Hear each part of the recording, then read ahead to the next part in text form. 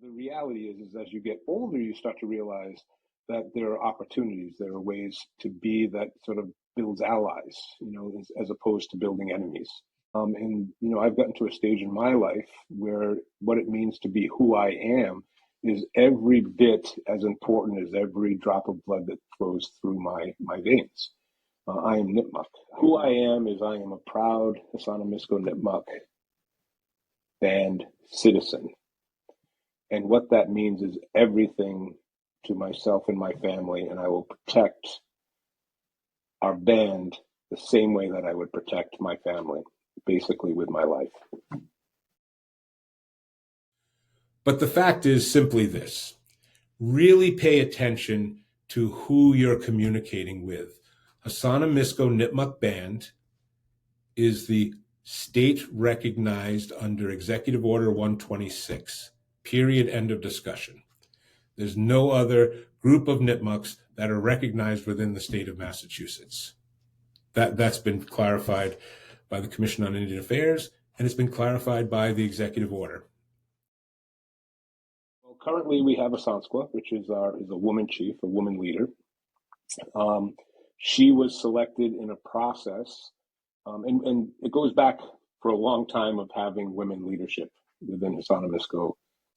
And one of the things that plays out within that is that our leadership set up a way for us to sort of maintain this sort of this tradition in a way that sort of was starting to really sort of recognize leadership that went back to the way we originally chose leaders. How we originally chose leaders is that the women and the elders chose leaders. Women would watch the children because they would be who would watch them grow up in the village and play. Men might be off hunting, might be off fishing, might be off getting the wood or timber that they needed to build homes, etc. And they would watch them grow and could see the qualities that it would be required to keep the continuity of that village or community well-being going into the future. One of the things is that those women would make their recommendation to elders in the Elders Council. And the Elders Council, made up of men and women, would then, if there was a time where either the leader was unable to continue to be their leader, chief for lack of a better word, then move forward in making that selection of who they are. We have a tendency to think of leadership as power, where, I've been having lots of conversations and talking to lots of people. It's like leadership's about responsibility to our community. It's not about power.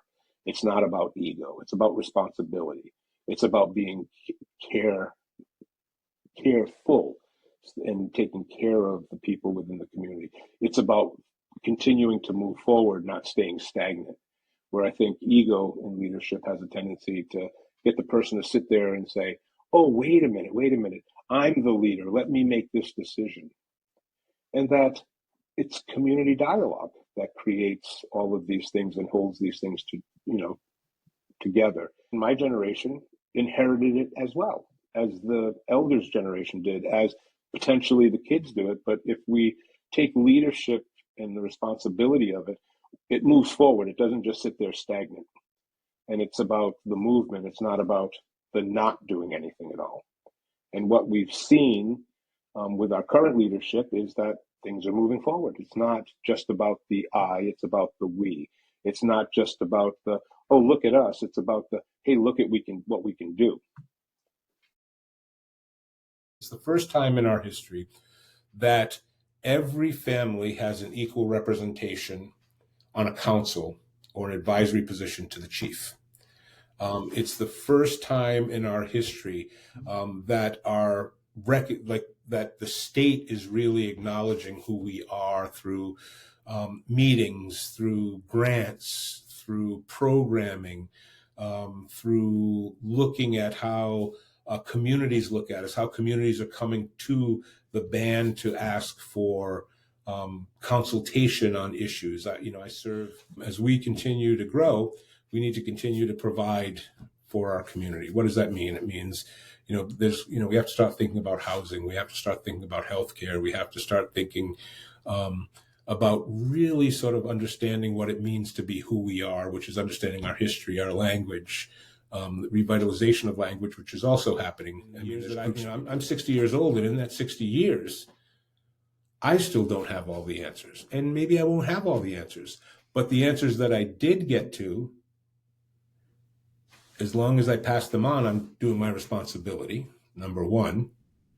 And now my responsibility is to pass it on, so their responsibility is to absorb it until it's their time to share it. The importance of water. Oh, that's so simple.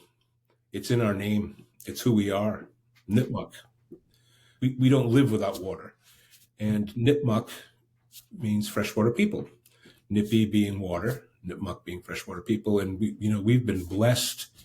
We've been blessed with amazing amounts of water, but we've also been cursed with amazing amounts of mills on our rivers that have polluted the hell out of our water. And we have things that go into the air that pollute our water, and we have things that go into the ground that pollute our water. And one of the things is that water is so much a part of who we are that we're almost inseparable. It's not a thing. It's our relative. As I tell this, if you have questions about, are you currently an enrolled member of the band, you need to go to www.nipmuc.gov